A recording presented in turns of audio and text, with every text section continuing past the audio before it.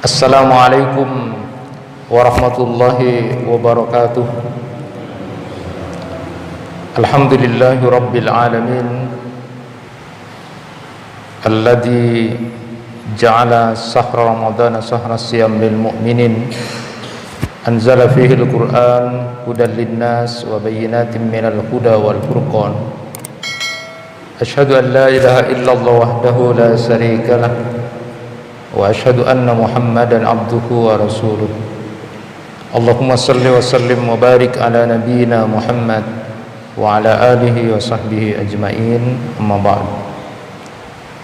Bapak-bapak, ibu-ibu, jamaah kuliah subuh yang dirahmati Allah, tadi malam kita sudah membahas yang pertama, orang yang bahagia, orang yang beruntung di bulan Ramadan itu adalah orang-orang yang dosa-dosanya diampuni oleh Allah Subhanahu wa taala.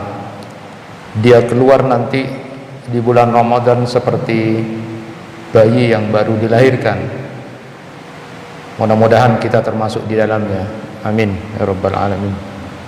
Saya sudah sampaikan tadi malam ada 8 jalan yang harus kita lakukan agar kita mendapatkan ampunan dari Allah Subhanahu wa taala terhadap dosa-dosa yang kita lakukan atau yang pernah kita lakukan. Bapak Ibu sekalian, saya sedikit mendetailkan untuk perenungan kita tentang masalah dosa-dosa ini. Saya menjadi tersindir kepada apa yang disampaikan oleh Ibnu Rajab Al-Hambali itu dalam kitab Lataiful Ma'arifnya. Beliau menyatakan begini, Adam itu, Nabi Adam diturunkan dari surga itu karena satu dosa yang dilakukan. Sedangkan kita minta naik ke surga dengan banyak melakukan dosa. Saya ulang, Nabi Adam diturunkan dari surga karena satu dosa yang dilakukan. Sedangkan kita selalu memohon dan meminta dapat surga, tapi kita banyak melakukan dosa-dosa. Nabi Adam itu dalam kitab Minhajul Abidinnya Imam Al-Ghazali itu diceritakan sampai 200 tahun menangis tentang dosa yang dilakukan itu, sampai akhirnya Allah Subhanahu wa taala baru memberikan ampunan dan memaafkan Nabi Adam itu. 200 tahun menangis. Di kitab Minhajul Abidin juga diceritakan tentang Kammas bin Hasan itu yang cuma melakukan dosa kecil, hanya punya tamu lalu kemudian tidak ada tempat untuk serbet gitu, membersihkan tangan tamunya itu, mengambil tanah tetangganya sedikit untuk dibersihkan lalu pakai, itu sudah merasa dosa itu.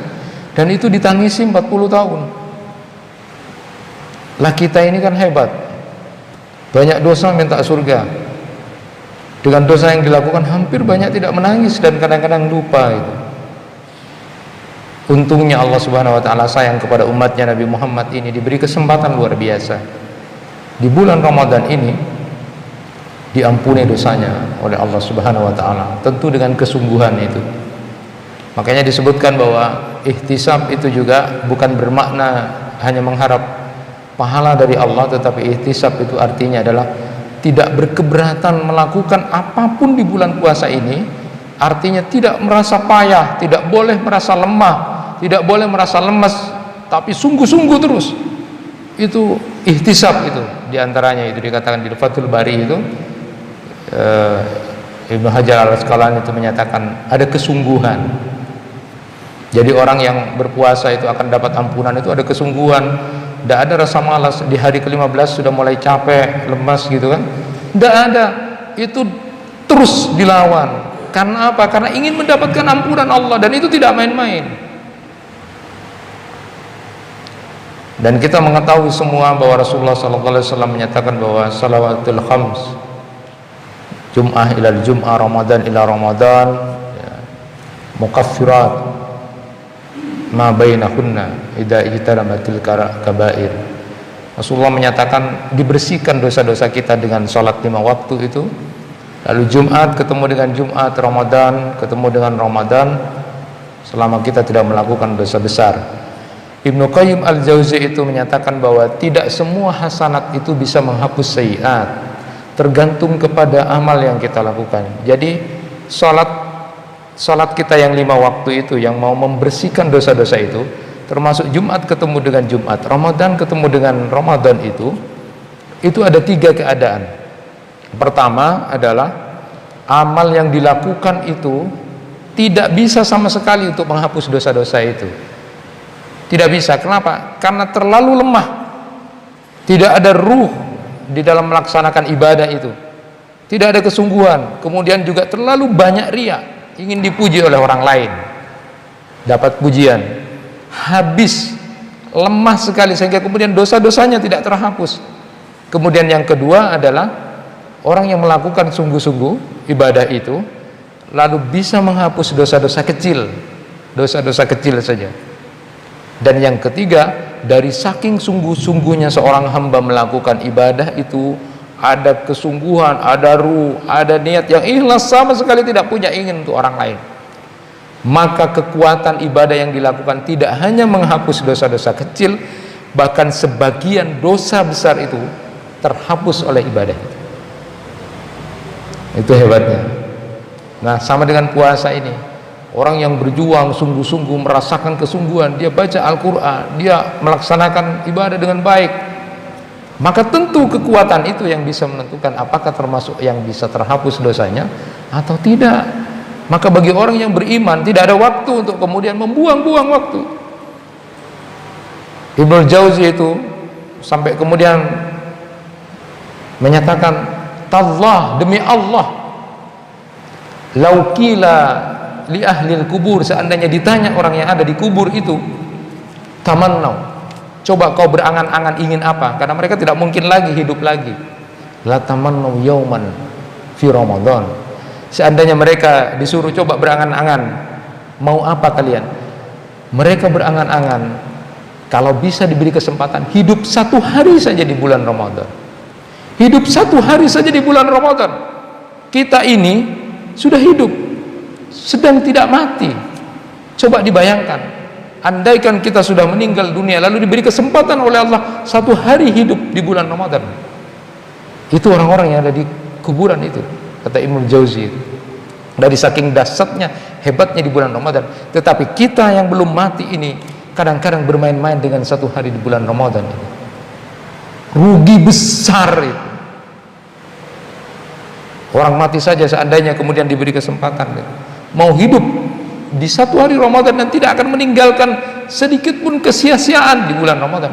Coba kita bayangkan, andai kita masih, atau kita sudah meninggal dunia lalu kemudian diberi kesempatan, kita masih hidup. Masyiral muslimin rahimakumullah. Yang kedua sekarang, yang kedua itu adalah orang yang bahagia di bulan Ramadan itu adalah orang-orang yang nanti dibebaskan dari api neraka. Betapa bahagianya kalau kemudian kita keluar Ramadan sudah diberikan oleh Allah itqum minan nar, itu dibebaskan dari api neraka. Betapa bahagianya. Coba kita bayangkan sedikit saja gambaran siksa neraka yang paling ringan saja. Paling ringan siksa neraka itu Rasulullah SAW gambarkan ketika kaki kita di atas neraka itu, maka saat ini yang paling ringan, maka saat itu kemudian isi otak kita itu meleleh semuanya ke bawah, isi perut juga meleleh. Itu kita menyangkanya sudah yang paling berat, padahal itu siksa yang paling ringan di neraka. Bahkan di dalam Quran surat Hud ayat 106 itu digambarkan bagaimana siksa neraka itu. Fa'ammal ladzina saku fa finnari lahum fiha zafirun wa syahiq. Bapak dan Ibu, ini ada kaitannya dengan musim Covid sekarang ini. Nanti orang-orang yang kemudian celaka itu ada di dalam neraka itu, dan mereka setiap ngambil nafas ya, jadi zafir itu susah ngambil nafasnya itu, zafir gini Pak, mau ngambil nafas, wasyahik, dan ketika mengeluarkan nafas juga itu dengan merintih. Jadi kalau COVID itu sakitnya seperti orang yang kemudian berada di tengah-tengah lautan lalu kemudian tidak ada yang nolong gitu ya, megap-megap. Ini di neraka itu orang yang mau ngambil nafas saja itu dengan merintih, mengambil nafas itu tarikannya zafir itu berat gitu. Dan ketika dikeluarkan pun nafas itu syahid.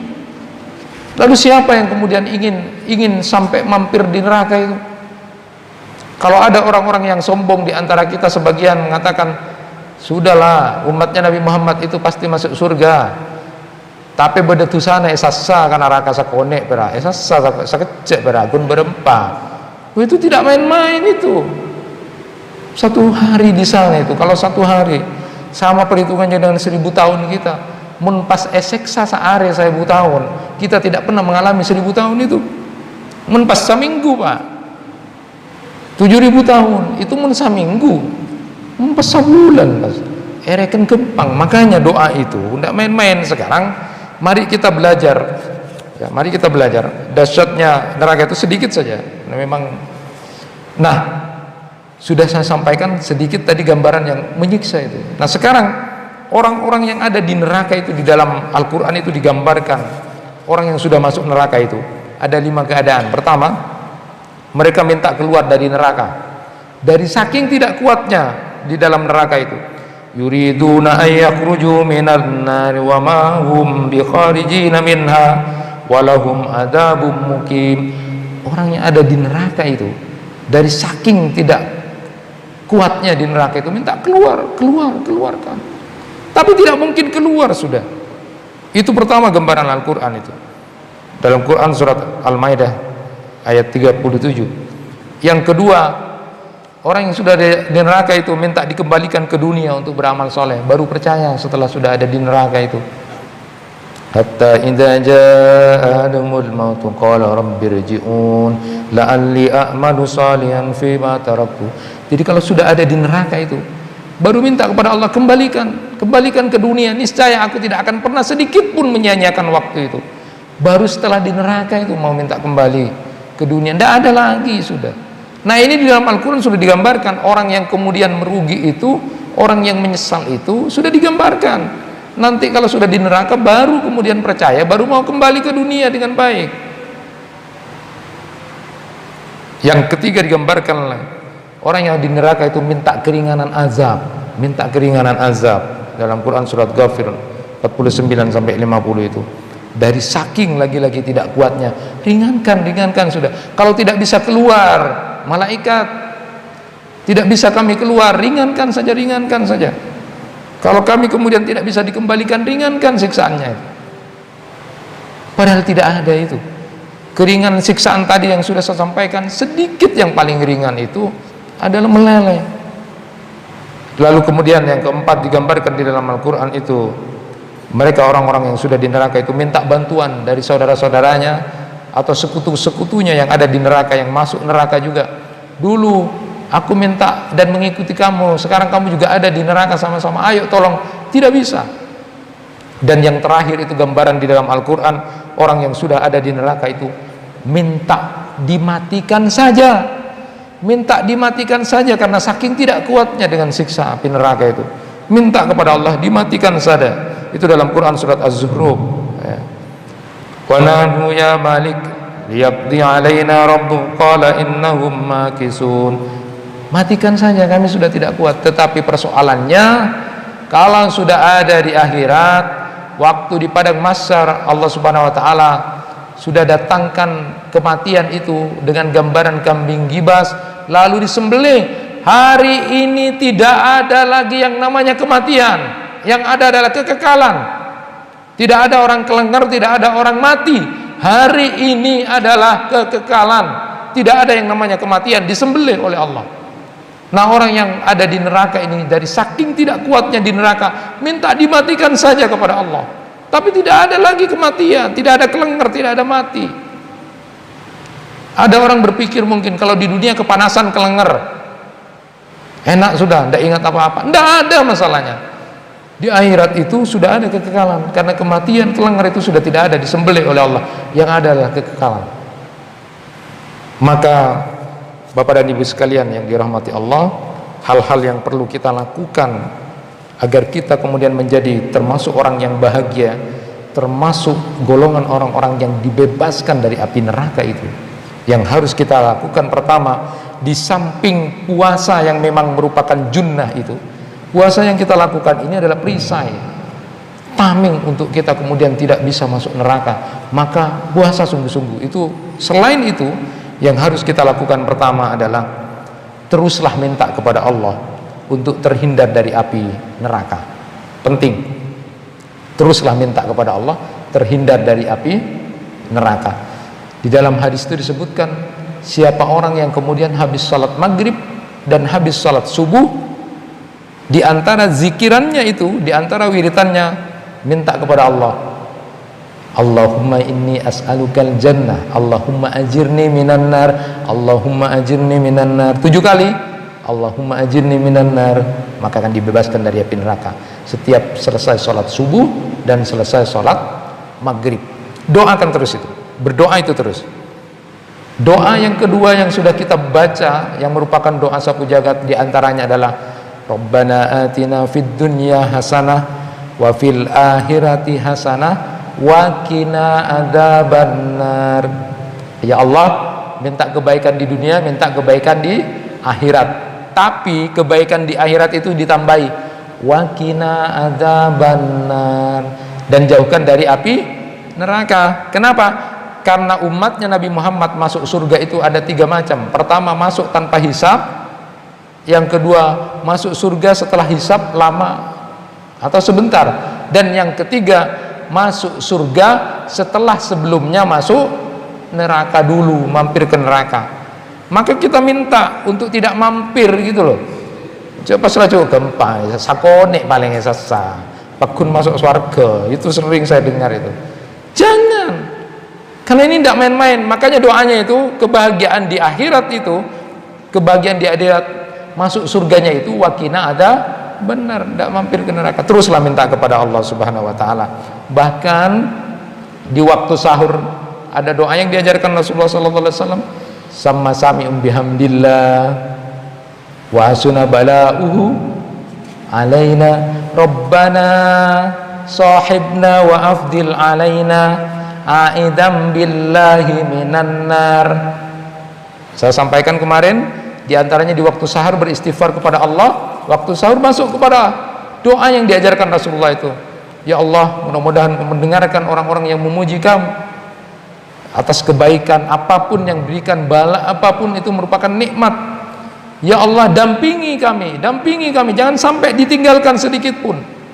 Berikan karunia kepada kami. Lalu kemudian kalimatnya doa a'idam billahi minan nar, berlindung ya Allah dari api neraka.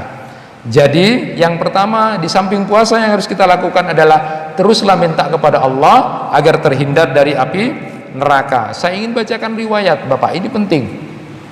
Ada hadis marfu itu sampai ke Ibnu Abbas saja, bahwa nanti di akhirat akan ada 3 orang yang sudah diseret mau masuk neraka. Diseret mau masuk neraka itu 3 kelompok orang itu.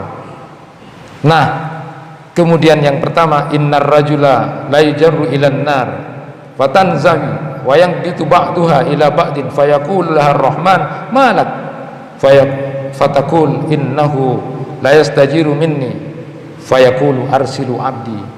Nah, kelompok orang pertama ini sudah diseret mau masuk neraka ini. Sudah diseret masuk neraka. Mau masuk neraka itu, ternyata neraka menjauhi orang ini. Neraka menjauhi orang itu. Bahkan kemudian terpecah-pecah mereka, menjauhi. Lalu Tuhan sudah tahu Tuhan, tapi tanya kepada neraka, Malik, apa yang terjadi sama kamu? Kok kamu menjauh dari orang ini padahal sudah mau dimasukkan neraka? Lalu kemudian berkatalah neraka, Tuhan, orang ini selalu memohon, meminta dijauhkan dariku kepada engkau. Lalu kemudian Allah menyatakan arsilu abdi, bebaskan hambaku. Jadi bukan tidak ada gunanya atau kemudian percuma, enggak. Teruslah minta kepada Allah. Di antaranya adalah Allahumma ajirni minan nar, Allahumma ajirni minan nar. Nah, ternyata di dalam hadis ini disebutkan ada 3 kelompok manusia yang sudah diseret ke neraka, pasti masuk neraka. Tapi yang pertama, kemudian neraka itu menolak kehadiran orang yang mau dimasukkan ke neraka ini. Lalu neraka mengatakan kepada Tuhan, dulu hamba ini selalu memohon kepada engkau untuk dijauhkan dariku, dari api neraka. Lalu kemudian Allah pun menyuruh, bebaskan hambamu. Hebat. Jadi teruslah Bapak berdoa habis sholat maghrib dan habis sholat subuh. Lalu kemudian doa-doa Rabbana atina fid dunya hasanah wa fil akhirati hasanah wa qina adzabannar, termasuk nanti akan kita bahas lah. Nah, yang kedua itu ada hamba yang kemudian diseret juga ke neraka, lalu kemudian dibebaskan karena hamba ini bersangka baik terus sama Allah. Jadi jangan sampai bersangka tidak baik sama Allah. Bapak dapat ujian apapun, bersangka baik sama Allah, baik sama Allah, nanti itu yang membebaskan. Dan yang ketiga, orangnya tetap dimasukkan ke neraka itu karena dosa yang dilakukan. Bahkan neraka itu sudah berteriak-teriak, orang ini belum diseret masuk neraka sudah dari kejauhan, ayo cepat ya Allah, dari saking mangkelnya itu kepada orang yang ketiga ini. 2 yang selamat, 1 kemudian dia tetap masuk neraka. Ma'asyiral muslimin rahimakumullah, yang pertama yang harus kita lakukan adalah teruslah berdoa kepada Allah Subhanahu wa taala agar kita terhindar dari api neraka. Yang kedua penting, perhatikan saat mau berbuka puasa. Kenapa ini agak panjang? Karena ini sebenarnya disampaikan sebelum Ramadan ilmunya, tetapi tidak apa-apa disampaikan sekarang. Ibu bapak sekalian, perhatikan orang yang dibebaskan dari api neraka itu, di banyak hadis itu disebutkan pembebasan api neraka itu pada saat berbuka puasa itu, malam, menjelang malam. Di antara hadis yang saya bacakan pertama adalah innallaha inda kulli fitrin utqa'u wa dzalika fi kulli laila. Jadi Allah Subhanahu wa taala itu setiap kita mau berbuka puasa itu, maka Allah akan bebaskan hamba ini dari api neraka.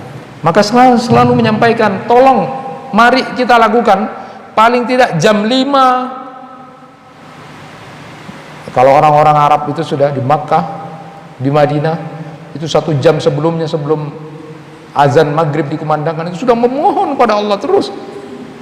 Kalau kita ini kadang-kadang enggak, malah ngabuburit, terus jalan-jalan sampai mau maghrib nanti di jalan. Nah, ini dirubah mulai sekarang. Pembebasan api neraka itu, ini enggak main-main, ini enggak main-main. Ramadan ini enggak main-main. Kita dipertemukan ini celaka kalau kemudian kita kehilangan waktu momentum yang tepat itu. Pembebasan api neraka itu pada saat menjelang buka puasa itu. Pertama, siap-siap.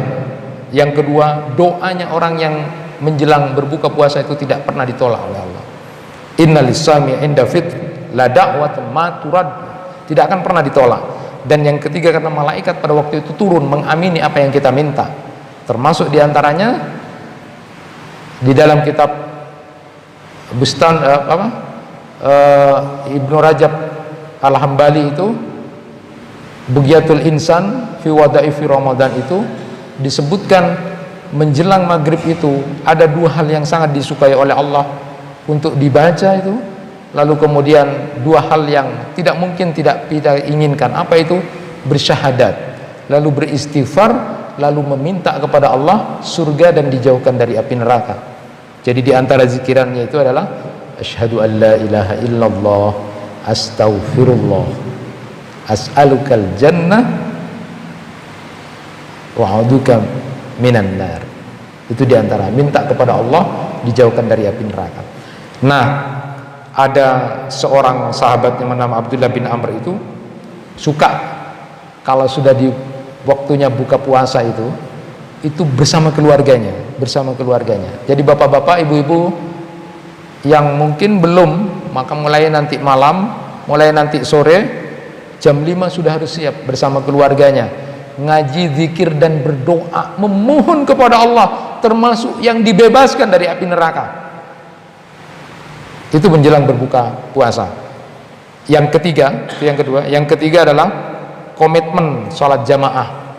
Itu dalam hadis-hadis disebutkan bahwa orang yang akan dibebaskan dari api neraka itu adalah man shalla lillahi arba'ina yauman fi jama'atin yudrik at-takbir al-ula kutibat lahu bara'atun minan nar wa bara'atun minan nifaq.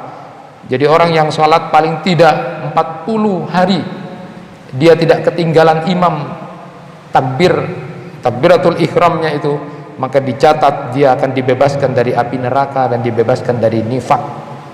Jadi yang ketiga yang harus kita lakukan kalau ingin bebas dari api neraka itu adalah komitmen untuk terus sholat jamaah. Jadi bapak-bapak ini, terutama bapak-bapak, komitmen terus tetap jamaah. Jadi dengan keadaan COVID sekarang ini, paling tidak ikhtiar usaha dengan memakai masker, jaga jarak, lalu tidak salaman, itu perlu kita lakukan juga, semacam sebuah ikhtiar yang kita lakukan. Tetapi komitmen untuk istiqomah dalam sholat jamaah 5 waktu harus kita lakukan terus. Karena apa? Karena piranti untuk dapat bebas dari api neraka yang ketiga adalah komitmen untuk melakukan sholat jamaah. Yang keempat, baca wirid pagi dan petang. Baca wirid pagi dan petang itu dalam hadis riwayat Abu Dawud dan Tabrani disebutkan akan dibebaskan dari api neraka. Punya kebiasaan untuk baca wirid pagi dan petang. Yang kelima adalah menghatamkan Al-Quran. Hatamkan Al-Quran paling tidak 2 kali, 1 kali paling tidak. Kalau bisa syukur 2 kali, lebih dari itu lebih baik. Dan yang terakhir adalah usahakan kita bisa menyelamatkan aib, sesuatu yang tidak baik dari saudara kita. Mungkin di bulan Ramadan kita tutup, kita jangan kasih tahu sama orang, maka orang yang seperti ini akan dibebaskan dari api neraka. Man dabba an lahmi akhihi bil ghibah kana haqqan 'alallahi ayyatikahu minan nar. Siapa yang kemudian bisa menyelamatkan aib saudaranya, apalagi di bulan Ramadan, tidak ngibahin dia, ditutup walaupun kita tahu, maka dia akan dibebaskan dari api neraka. Inilah 6 jalan yang harus kita lakukan di bulan Ramadan ini agar kita termasuk juga golongan orang yang berbahagia, orang beruntung, yaitu dinyatakan bebas dari api neraka. Bukankah disebutkan bahwa ada orang yang sebelum masuk Ramadan itu sudah dicap, dipastikan masuk neraka, tetapi karena dia berhasil dalam puasa Ramadannya, melaksanakan puasa Ramadan dengan baik, keluar dari Ramadan dia dibebaskan dari api neraka. Sungguh berbahagia. Mudah-mudahan kita termasuk di antara 2 golongan ini, salah satunya atau dua-duanya. Diampuni dosa-dosa kita oleh Allah Subhanahu wa taala, lalu kemudian dibebaskan dari api neraka dengan melakukan 8 piranti yang pertama dan 6 piranti yang harus kita lakukan untuk bisa tergolong orang-orang yang bebas dari api neraka. Dan mudah-mudahan kita terjauhkan dari kelompok yang ketiga, yaitu orang yang tidak dapat apa-apa tetapi justru kecelakaan, justru kerugian dan kebangkrutan besar. Kenapa? Karena dia keluar tidak dapat ampunan, tidak dapat pembebasan, maka dia termasuk orang-orang yang celaka. Na'udzubillah min dzalik. Berusahalah, berdoa kepada Allah, masih ada separuh waktu kita melaksanakan ibadah Ramadan. Sungguh-sungguhlah, kejarlah agar kita dapat ampunan dari Allah dan pembebasan dari api neraka. Itu yang bisa disampaikan, mudah-mudahan bermanfaat. Kurang lebihnya mohon maaf. Wassalamualaikum warahmatullahi wabarakatuh.